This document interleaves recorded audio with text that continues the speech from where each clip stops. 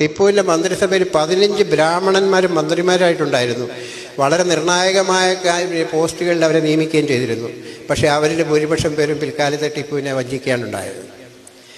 കൃഷ്ണറാവു എന്ന് പറയുന്ന മൈസൂർ പ്രസിഡന്റ് ഈ പറഞ്ഞ ശ്രീരംഗം കോട്ട ആക്രമിക്കാനുള്ള സമയവും ശ്രീരംഗം കോട്ടയ്ക്കുള്ള പ്രവേശന കവാടവും എല്ലാം ബ്രിട്ടീഷുകാർക്ക് വേണ്ടി ചെയ്തു കൊടുത്ത കൃഷ്ണറാവു ആയിരുന്നു. ചതിയനായ കൃഷ്ണറാവു അങ്ങനെ ശ്രീരംഗം കോട്ട പിടിക്കാനുള്ള എല്ലാ സാഹചര്യവും ഒരുക്കി കൊടുത്തു. 3-ാം മൈസൂർ യുദ്ധം ടിപ്പു സുൽത്താൻ പരാജയപ്പെട്ടു. രാജ്യത്തിൻ്റെ പകുതി ഭാഗം നഷ്ടപ്പെട്ടു. അതുപോലെ 3,30,00,000 പഗോഡ യുദ്ധച്ചെലവിലേക്ക് നഷ്ടപരിഹാരം കൊടുക്കണം. ടിപ്പുവിന് ഒരിക്കലും സാധിക്കില്ല എന്ന് ബ്രിട്ടീഷുകാർക്ക് അത് അറിയാമായിരുന്നു. കോൺവാലിസ് പ്രഭു പറഞ്ഞു 3,30,00,000 പഗോഡ നാണയങ്ങൾ ബ്രിട്ടന് നഷ്ടപരിഹാരമായിട്ട് കൊടുക്കണം. അത് കൊടുക്കുന്നത് വരെ ഈ പറഞ്ഞ ടിപ്പുവിൻ്റെ 2 മക്കളെ ജാമ്യമായിട്ട് വേണം.